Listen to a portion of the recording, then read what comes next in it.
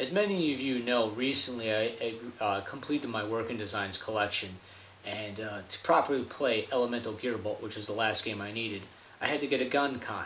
And for a sweet $10, I was able to snag this off my buddy Mike, and got the Time Crisis Gun Con bundle. So now I can properly play Elemental Gearbolt. And cutting is obviously a wonderful thing if you can't tell. So the next few things I picked up were Tatsunaka vs. Capcom's arcade stick on the Wii here. And I also obviously got the game. And behind me, if you can't see, I got the mock box, display box, and the pre-order trading cards. Now, the thing is with this game is I'm not as big as a fighter fan as I used to be, but I still love the Versus series. I don't know if maybe it's because it's a little more simpler and easier to understand, or it's just the amount of kick-ass characters, but I highly suggest to pick this game up if you haven't yet. It's all-around great fighter. Also on the Wii, I went down and picked up Fragile Dreams not too long ago, but this is yet another title in recent pickups that I've yet to get my hands on. I've been looking forward to this since it was brought out in Japan, and I read a nice article on it, and it really intrigued me. It looks like it's pretty interesting, so hopefully this will be another one in my queue to get to soon. And lastly, on the Wii, I picked up A Boy and His Blob. This is a great platformer, an awesome throwback to the original on the Nintendo, and it goes for pretty cheap, so if you guys can find a copy, I definitely suggest you snag one. Now, in keeping with a lot of these pickup videos and whatnot, many of you know that I have a local FYE Games that actually dabbles in retro stuff, and I actually went down there, and they have many different specials all the time. It's 2 for 1, you know, buy one get one free, whatever their deals are on whatever systems, and used and new and accessories, etc. But anyway, I went down there and I picked up a brand new, actually I think it was a display model at one point, N-Gage, because everything inside this case is sealed except for the phone itself. Now, I never dabbled with the N-Gage, but for $27 I couldn't pass this up. The box is a little beat up, but it's not too bad. And as an awesome gesture, a fellow YouTuber knew that I picked up the N-Gage. Didn't have any games, so I'd like to thank JasonRelaxation. If you guys want to check out his channel, it'll be in the description box. He sent me Sonic N and Splinter Cell to have some games to play on my N-Gage. So I want to thank you a lot, Jason, for that kind gesture. Also, keeping with the FYE Games deals, I picked up a couple of Game Boy Advance games, and first and foremost would be Sigma Star Saga, DK King of Swing, and I couldn't believe it for the price I found it, Legend of Zelda 4 Swords. Now, next up, also FYE Games, I was able to pick up a Dreamcast VMU, and the deal with this particular purchase, these next two items, was with the VMU and these two games, it was buy two get one free. So I also picked up Indigo Prophecy on the PS2, never played it, and I figured I'd check it out because I've always heard great things about this game. Now, this is an interesting little thing because the next game is that I actually got for free is Ico. Now, the funny thing about this is this was in the used section. It came as part of the deal, but it's not used. It's sealed.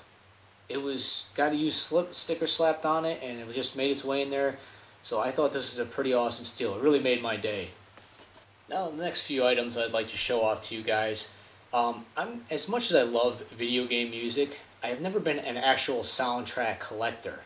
But recently I've been getting a little bit of inspiration to go out and get these physical discs, which, quite frankly, some of them are quite expensive. But I was able to pick up Zelda the Music.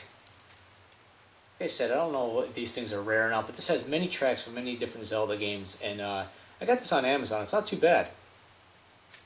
A lot of classic tracks there. I was also able to pick up Seiken Densetsu 2 soundtrack, which in America we knew as Secret of Mana. And lastly, I was able to pick up Ys Oath and Filgana, I think that's how you pronounce it, music box. This is actually, I believe, a part of the Japanese Asian PC Oath of Figala remake back in 2005 limited edition box, and this is just part of the package, but there's a lot of CDs in there, so I think it was worth the penny, you know, pretty penny I had to pay for this.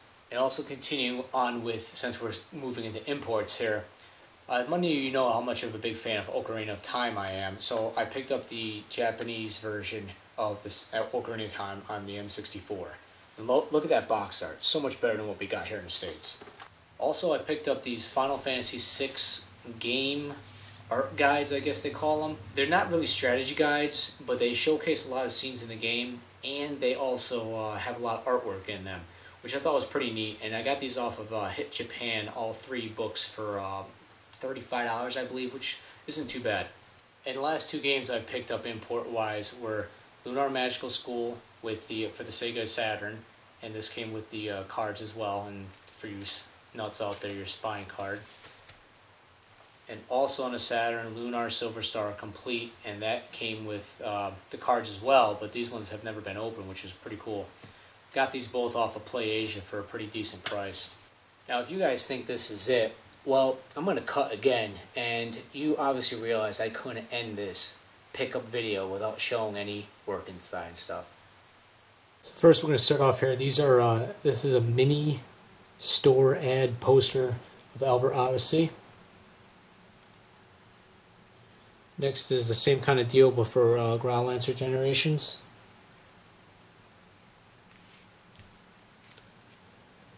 Thanks to a fellow YouTuber, xdarnokx, he hooked me up with a Lunar Silver Star Story pin. This is the PlayStation 1 pin. These are very hard to find, and a link to his channel will be in the description box for anybody who wants to check them out.